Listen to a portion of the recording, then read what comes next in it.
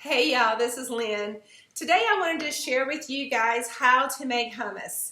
Chris and I are doing the Colorado Trail this summer. It's approximately 500 miles, and with my estimate it may take us about 45 nights to complete it, and that's a long time to go with junk food to eat every day. So I wanted to take the time and make some homemade meals and a little healthier options for us to dehydrate and take on the trail so that we'll have some healthy meals with fiber and nutrients and stuff that would actually be good for us.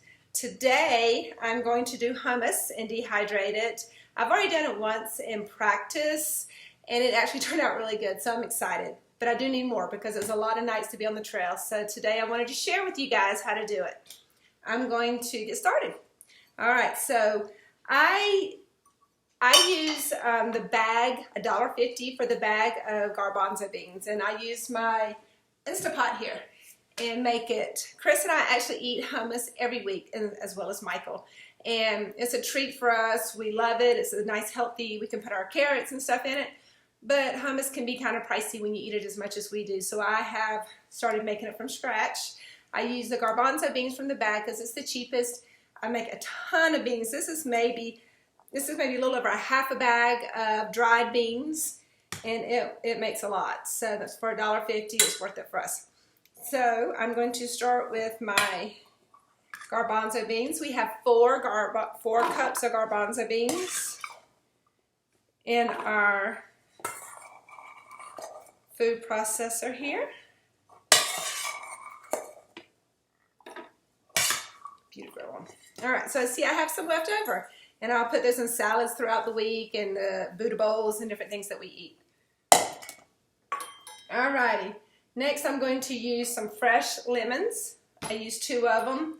Now I usually start off using the zest of the lemon because it gives it an extra punch, a little bit more lemon flavor, and honestly, most of the vitamins and stuff are in the peel of your fruits. That way I can not leave it behind.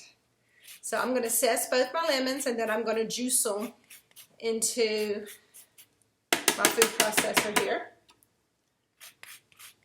When I first learned how to make hummus, it was a game changer in our house because, you know, it just really helps you get through the day with eating a little bit healthier, and we love hummus. It's one of my favorite snacks to have, and Chris kind of gets ornery whenever we run out of hummus around here, so I have to keep us pretty supplied with our hummus fix. All right, I'm gonna cut these up. I like to use my juicer. I can get a lot more juice out of the lemons. You can always just squeeze it by your hand if you don't have a juicer, and that's perfectly fine. I just feel like I get the most juice when I use my juicer.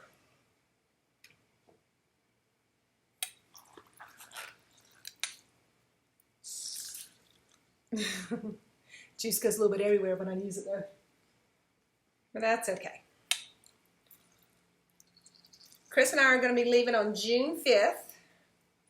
We got a few stops we're going to do.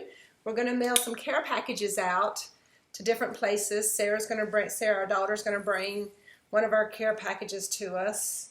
So we're going to make sure we have a lot of goodies in it. All right, just one seed went in there. I'm pretty impressed with myself on that one. All right, so next I use tahini. Tahini is just ground sesame seed. I use this one from King Super. Doesn't have to be this kind. It's just it's a cheap one, it's organic, and it's nice. I use a half a cup of tahini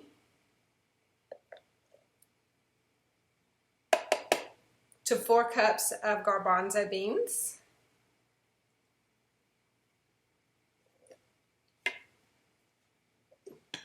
Now, if I was making this hummus strictly for us to eat at the house, this is where I would add a 1/4 cup of olive oil.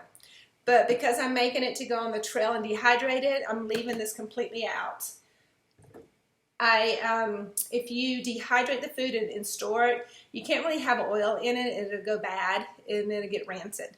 So we're going to take some little bottles of olive oil on the trail with us, and Then we'll just add the olive oil when we rehydrate it back up. All right. So at our house, you can never have too much garlic.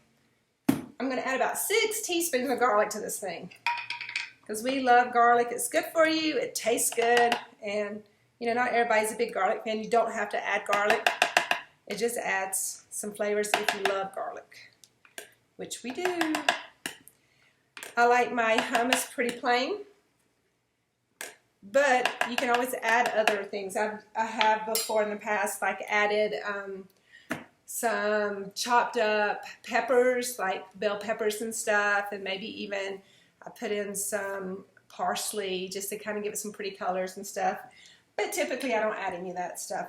Now, if we're having company over, I'll splurge and get some pine nuts and toast them up and stick it in there. And that really makes it good, but it's really too expensive for us to eat on a regular basis. All right, so I'm going to add a pretty good bit of salt, probably more salt than what I would normally add just because I'm taking it on the trail and I needed to have a lot of flavor. But at home, I wouldn't quite put so much. So I'd say I'm putting about 3 teaspoons in this. But I would maybe try to start with 1 teaspoon and then you can kind of taste it as you go. I like to add cayenne to it to give it a little punch. I add probably about a half a teaspoon of cayenne to it. I like for it to have a little extra flavor in there. It's really good. Let's see. All right. It looks like we got everything in there. Our lemon, our tahini. It would have had some olive oil. And I've got our garlic and that. And we're good to go. So now I'm going to blend it up. And as I blend it, I'm going to add a little bit of my aquafaba. When I make my garbanzo beans in my Instapot, I try to put as much water in as I can. Because what's left over I save. And I can use it like as a vegetable broth. But we call it aquafaba or liquid gold in our house because it just makes everything taste so good. So I always save that, and you can put that in there to help it make it a little more creamier. All right, so it's going to be a little noisy.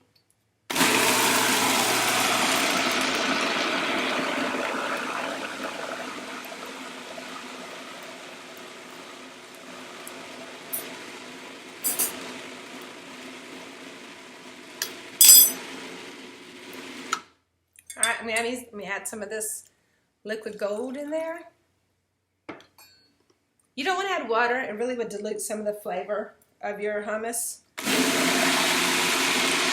And you also really need to have a food processor. You can't make it in a blender. You really need the food processor. So that's something if you wanted to start making hummus, you would probably need to invest in. All right.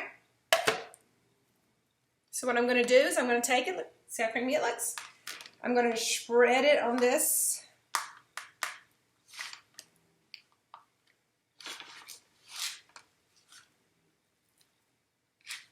And like I said, when you rehydrate it, one thing I did learn when I was practicing is when you put the water in it, you need to let it probably sit for maybe 15 minutes to really rehydrate well. Because it had a few like little crunchy pieces, and by the time I got to the last bite of my wrap, they were all gone. So if I'd have just waited a few more minutes and let the water rehydrate this hummus back up, it'd have been perfect. It'd be like, you know, just making it from scratch. So, and if you can do it really thin layer on here, like I said, you could probably get it in 4 hours.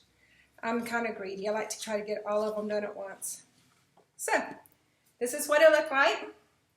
You'll just stick it in your dehydrator, turn it on, forget about it. 4 hours later, you'll have your powder.